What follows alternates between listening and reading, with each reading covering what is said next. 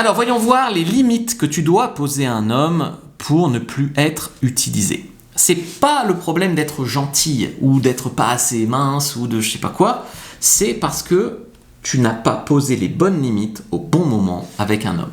Et c'est trop tard ou c'est trop tôt d'ailleurs, et ça je vais te montrer exactement quelles limites tu dois poser et quand.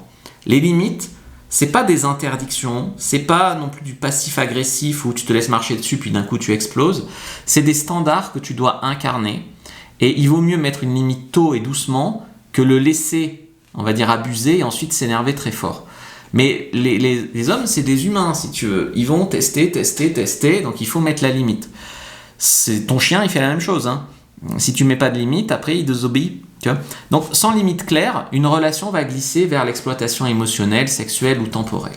À la fin de la vidéo, tu vas comprendre pourquoi certains hommes te respectent immédiatement, alors que d'autres vont t'utiliser sans jamais s'engager. Et comment tu peux inverser définitivement ce schéma. Premièrement, c'est la limite du focus. Tu ne dois pas tout vivre dès le premier jour. Tu vois. Tu dois construire par étapes. Donc, tu n'es pas obligé de lui confier toutes tes peurs, tous tes doutes, toutes tes insécurités au premier rendez-vous. Tu n'es pas obligé de lui donner tous les avantages qu'il aurait d'être, si tu étais sa petite amie comme ça. Tu n'es même pas obligé de coucher avec lui ou de tout faire d'un coup. Voilà.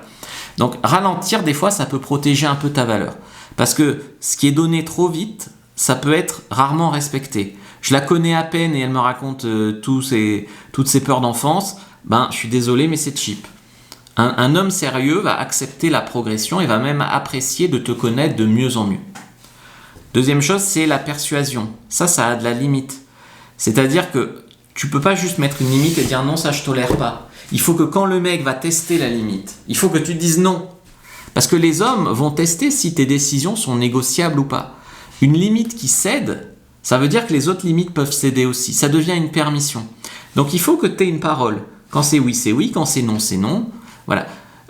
Et il ne faut pas mettre des limites que tu ne tiens pas, ça ne sert à rien, si tu veux. La constance vaut plus que les explications. Ensuite, c'est la limite des textos. C'est-à-dire que si je sais, hein, il y a des gens, ils construisent des relations par message. Je suis en couple avec un homme qui habite à l'autre bout de la France, on ne s'est jamais vu, on est en couple. Non, une relation ne se construit pas par message.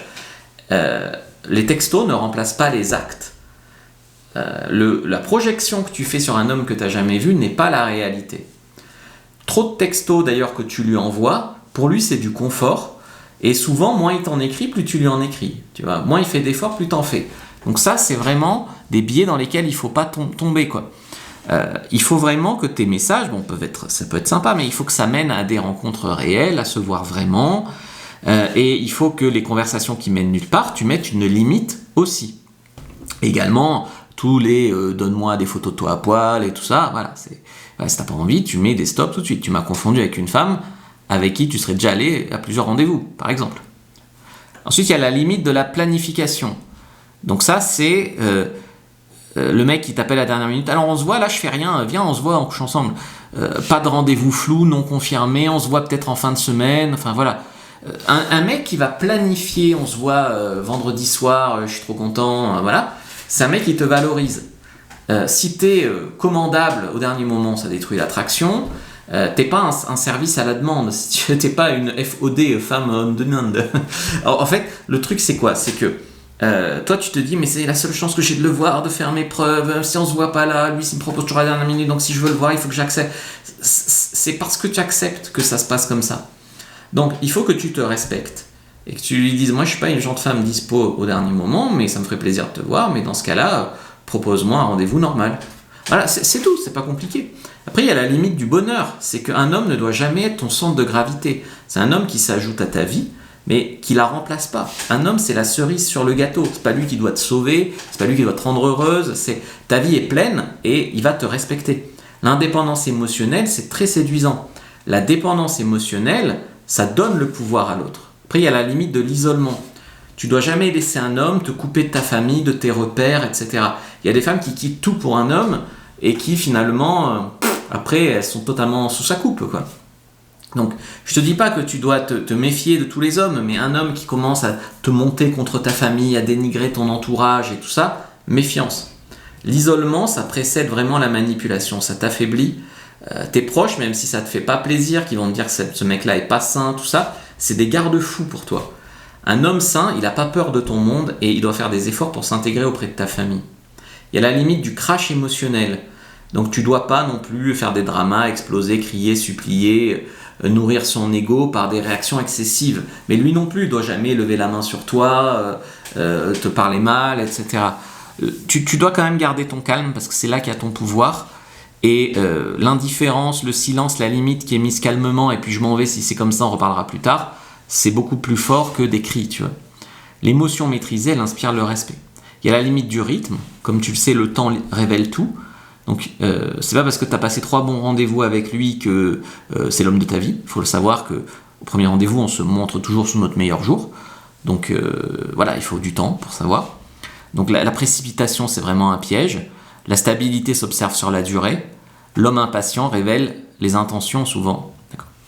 La limite du traitement de petit ami, c'est les sacrifices, les petits soins, tous les services, même l'argent que tu lui donnes, les efforts que tu fais. Si, en fait, il n'a pas les avantages de petit ami s'il n'est pas en couple avec toi. Donc il faut que tu sois cool quand tu es avec lui, mais quand tu n'es pas avec lui, tu n'es pas sa petite amie, tu n'es pas sa petite amie. Donc donner tout trop tôt dévalue ton rôle, donner tout sans engagement aussi. L'homme s'attache à ce qu'il doit mériter, et l'investissement crée donc l'engagement. Puis il y a la limite du pardon. Donc s'il fait des excuses mais qui ne changent rien, ça vaut rien. S'il s'excuse sans s'excuser, ça vaut rien. S'il agit mal mais qui fait des cadeaux, ben ça change rien. Le vrai pardon, il suit une transformation. Je change, je prouve que c'est pas que des promesses, j'agis aussi. Et si tu tolères trop, en fait, ben, le mec il se dit il n'y a pas de risque. Donc au pire elle me crame et puis je m'excuse et puis je recommence, tu vois. Donc les limites ne servent pas à repousser un homme, ça sert à révéler ses intentions. Un homme qui respecte tes limites te respecte tout court. Si tu veux être une femme attirante que l'on respecte, première inscription de la vidéo, lien en commentaire épinglé, prends ta fiche gratuite, like, commente, partage, je te le mets aussi sur les autres réseaux, lien dans la bio, et regarde une autre vidéo avant de partir.